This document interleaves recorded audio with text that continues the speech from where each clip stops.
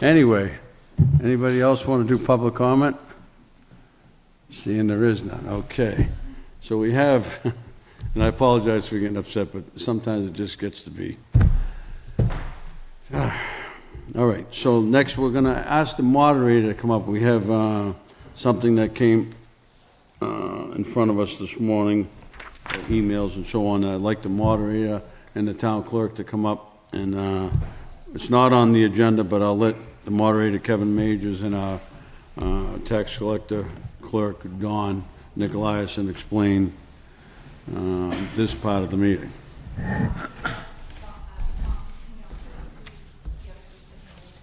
Oh, yeah. And just to let you folks know, Kevin is going to read a letter that was drafted by Lynn, and I asked Kevin Majors to, but the two candidates are here, Bob Nickerson and Ed Mensis, from the election that we had in March. So I'll let the moderator take the floor. Thank you, Kevin. All righty. I'll just read this and then I'll take your questions. But this morning it was brought to my attention that there may be a mistake in the recording of the votes for Robert Nickerson, who was on the March 14, 2023 town election ballot running for the office of Selectman. After being informed of the situation, the town clerk reviewed the tally. After the review, it was found that the tally sheet total for Robert Nickerson, previously reported as 217 votes, when in fact the total votes for Robert Nickerson should have been reported as 271. On Election Day, Benjamin Sharp and Edward Mensis were the reported winners of the two open seats on the Board of Selectmen, with votes of 312 and 269 respectively. With the discovery of Robert Nickerson receiving 271 votes, he would in fact be the winner over Ed Mensis's 269 votes. The town clerk immediately notified the Secretary of State's office seeking guidance on how to handle the situation. The response from both the Secretary of State and Attorney General's office was to hold a public meeting with both candidates, the Board of Selectmen, myself, and the town clerk. After reviewing the results, the conclusion is to seek an agreement from both candidates, Mr. Nickerson and Mr. Mensis, that the person chosen by the voters be seated, and agree that Mr. Nickerson will be sworn in as a selectman and that Mr. Mensis was not elected. All right. So I'm going to need your help on this. I'm still trying to get my blood pressure back together. So we've all notified this morning about the whole situation. I know the two candidates are there, and I believe there's an agreement that has come forward that's on the second page of our form. I don't know if the two of you guys want to say a word, or Eddie or Bob regard. Okay. So quickly, it was an error on the tally sheet. So what we do is we take the results at the end of the night from the tape. And then we take the hand count results and we take the write-in results, and those are written on to tally sheets, and then we have a final tally sheet. And all those numbers go on to the final tally sheet, and then we add up the results. In the process of adding the results, two numbers were transposed. A 217 was transposed to a 271. I mean, this is silly stuff. I mean, we talked earlier this morning, but like my sevens was, and I'm not disputing anything, I'm just saying, is as simple as like it looked like a 17 and not a 71, because my ones and sevens could be. No, this is what the tally sheet looks like. Yep. It was written as a total of 217. Okay. It should have been 271. All right. Yeah, I just want to because it sounds. No. You know what I'm saying? When you first hear it, you're like, you got to be kidding me. I reviewed all the tapes for every race to make sure there was nothing else as soon as we were notified, and this was the only one. Unfortunately, it was one that changes the race outcome, and that's why I called to see how we handle it. It was 100% human error in my office. It was not anything to do with the tapes, the voting machine, nothing like that. Just mistake.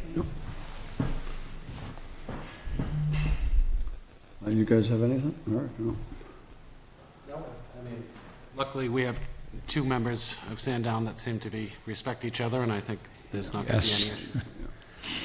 They're two great guys. This is, okay, so, on the letter, you want me to read the second part there, of what they're going to be signing, or? You don't have, you can if you want to. Well, Kevin, if you want to read the second page of the agreement. Sure. Under the election results, Okay. then I'll ask you guys to say something. Before I read it, have they had a chance to see? Oh, okay, so you're hearing this for the first time. Okay. All right. So this states agreement, March 14th, 2023, election results, Board of Selectmen race between Robert Nickerson and Edward Mensis. It says, after further review of the results of the town election held on March 14th, 2023, it was determined that Robert Nickerson received 271 votes and that Edward Mensis received 269 votes. It was previously reported that Robert received 217 votes and incorrectly identified him as losing the Board of Selectmen seat to Edward Mensis. This agreement acknowledges an understanding between both candidates, Robert Nickerson and Edward Mensis, that Robert was chosen by a majority of the voters and elected as selectman, and Edward was not elected. And there's a place for you both to sign, if you agree, since you're hearing this for the first time. Well, yeah. Yeah. No, if you want to come up, bring your chair up or whatever, yeah. Linda, just your name for the record.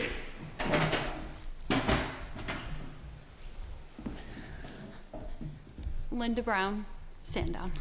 I think you know me. My question is, I have had a chance to review the records, and I do have a concern, a great concern. In the election, we had 656 voters. My concern is between the two machines, I'm in the ballpark, 659. No, not even close. We had. I'm talking about cast ballots. No, that's not correct. Oh, I have the moderator sheet. I have your sheet. This is your sheet. It says that we had, 666 on the checklist. Let me correct that. 666 cast ballots. My concern is, that's from the checklist. Correct. We have 4 ways that we tally the number of voters. So through the 4 ways, you try to come to a number that's similar. And the 4 ways range from 666 to 668. Right, but I'm So just. we announced that it was $667. Right, but okay, so 666 is on the checklist, though. My question is, and here's my concern. In looking at the tapes, we had, when you combine them both together, we had 222 undervotes. So out of 600 and roughly 50, 222, which is 33%, did not vote for 2 people. I just think that's an extraordinary amount of votes, undervotes. And I just want to put that on the record. It isn't something you normally see, that number so high, and I am questioning whether something malfunctioned. Based on what, though? You have prior elections that kind of, because you're saying that's a high number, It is. but based on what? What's your I looked baseline at for? SAU 16. I was asked to help. I put in about 500 plus hours volunteering. I looked at Sandown? No, there were 6 towns that we looked at the tapes. This is my time, I thought. So I am just saying it's a very high number of undervotes. So I am asking, is there an RSA that would allow for us to just do a recount? Because my understanding is this has never happened before. What I heard is this has never happened before, so it's uncharted territory. So would there be any harm in just doing a recount on the selectmen's race? Just that. That's the time frame.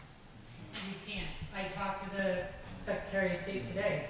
The only way to do a recount is if it is requested by the candidate, and we have to go to court to do that. Past the date. I mean, how come when you guys petitioned the warrant Article 21, why didn't you pick up a couple more warrants just to kind of compare notes against other races to see, because you guys only chose the one race that got smoked. And there's a couple other races. To be honest with you, I didn't think we could. If I thought that we could have, I would have. I didn't think that we could check two. Would you, if you think Oh, actually, if you can recount one, why couldn't you recount 3 or 4? Actually, we could not have checked the selectmen's race. It would have had to been by Bob or Ed. We couldn't do. So you can't do a petition warrant article? We couldn't do that. No, we could not have. They have to request it. The undervote and overvote thing, last year is the first year that we ever had to keep track of those. So that's new. The That's new. legislature changed the law, and now we track the undervotes and the overvotes. The other thing that I wanted to mention is it was the first race. It was the very first race on the ballot. So people go in and they're excited about voting, so it's just, it doesn't make sense to me But you're that. questioning people's judgment of who they want I'm to vote not for. questioning judgment. I'm Well, some actually, people may just want to vote because No, it's watching I'm- people. They just one candidate, because sometimes they misread it. Instead of voting for 2, they're going to vote for 1 because most races are vote for 1. I am definitely not questioning, I disagree with you respectively. I am not disagreeing with that. What I'm questioning is the amount of undervotes that we had, and I'm questioning, is there a chance that the machines malfunctioned, and that's why we have so many undervotes?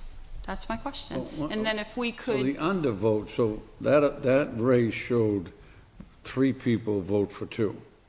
So if it only had 1 on it, is that an undervote because you didn't vote the second? Let me explain a bit. So if it was a simple this or that race, then if they didn't vote at all, that's an undervote. In this particular case, you have the potential to vote, there was the potential to be up to 1,236 votes could have been cast, because you could vote for 2 per race, okay?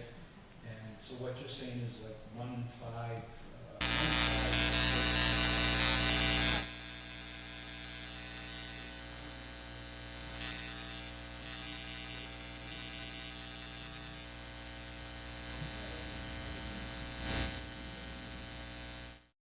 what other race in the town election had that amount?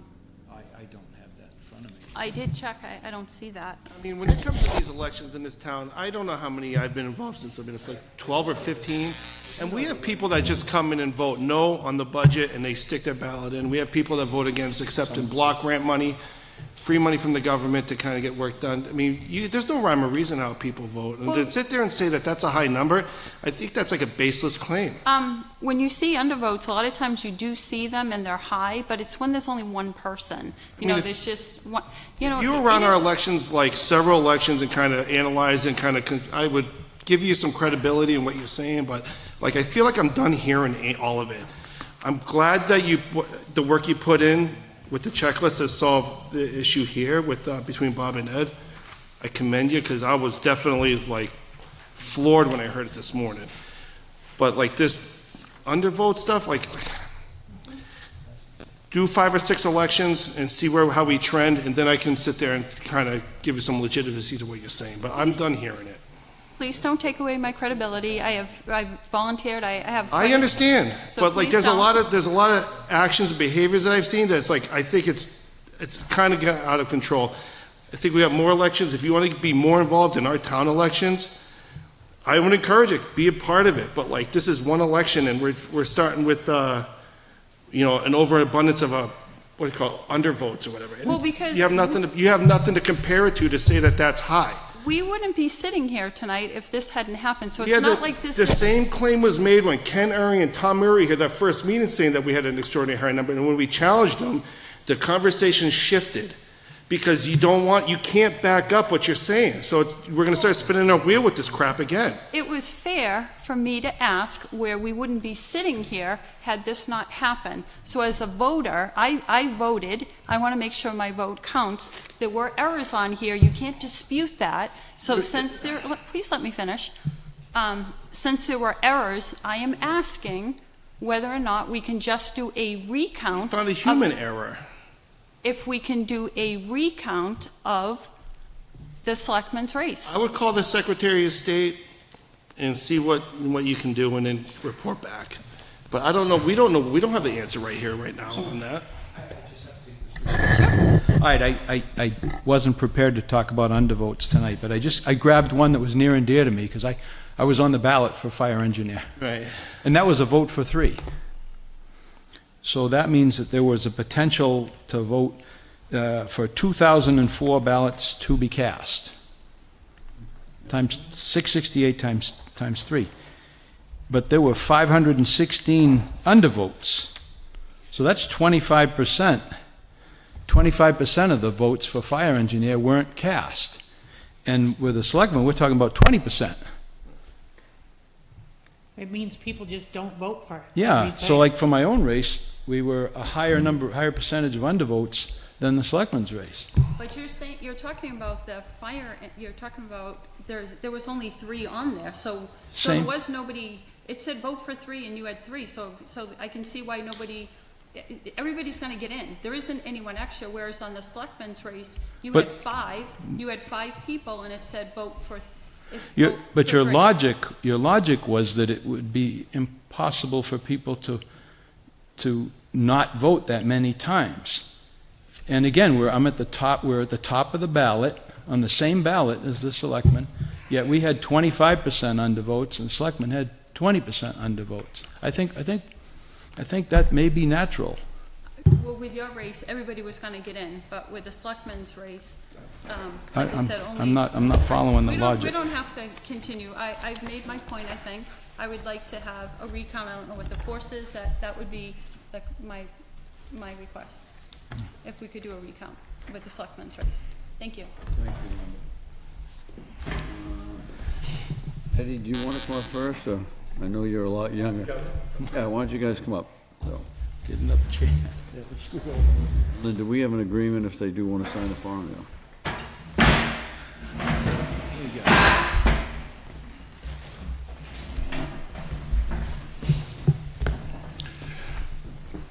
First, I'd like to say this is not an outcome that I find particularly pleasing. Eddie is my good friend. He's the kindest and most giving person that I've ever known. I would quite content to sit it out and wait until the next opportunity and run again. But unfortunately, this came up. And given the rules and the laws, I'm put in a position that if I refuse it, which I'd be happy to do, then it's not a given that it would go to the next person in line that got the greatest amount of votes. It would go out to appointment, and that appointment would last for a year. And I don't find that a particularly pleasing outcome either. And unfortunately, so I'm put in a position where he's content to resign and I'm content to sign up. Here we are. He can wait for the next opportunity and we'll let him run again. I'd like to congratulate Bob Nickerson, terrific guy, an asset to the community. And the result, obviously, we had no clue this was going to happen. We are good friends, and that's what friends do. Not looking for a recount, not looking for anything other than the town to be very successful in every endeavor and all the selectmen to be successful. I also want to point out that I did put a letter in so I could be back onto the planning board and you rescind my other letter. Hopefully that will be done very quickly. Thank you very much, and thank you to the citizens of Sandown. Thank you, Eddie. And Bob.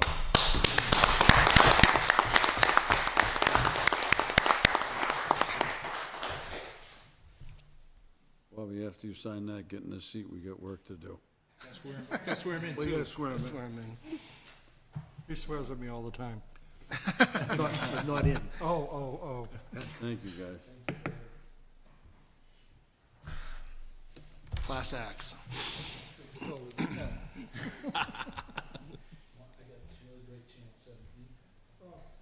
Hey, get sworn in. Okay. Kev, do you wanna have see you take anything your seat. further, or Don? Okay, yeah. Swear him in? Absolutely. Yeah. And the planning board will put him back on, right? Potentially. Just raise your right hand, Bob. Do you, Robert Nickerson, solemnly, sincerely swear and affirm that you will faithfully and impartially discharge and perform all the duties incumbent on you as a selectman for a 3-year position according to the best of your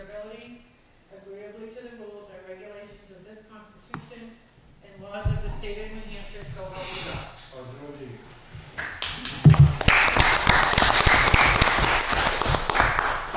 I guess we retake the picture then. I gotta dress up again? We can dress down. But we should hold that one for prosperity. We need to hold that one for prosperity. Dude, you did you handled it perfect. It's out of control.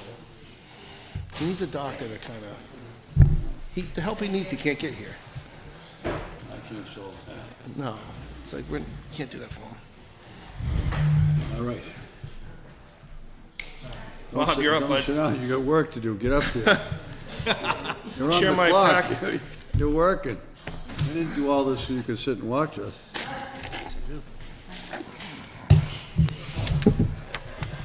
All right, next on the agenda, Brian Butler from the Conservation Commission, discussion regarding proposed purchase of property located at tax map lot 17-3 and a portion of 18-1.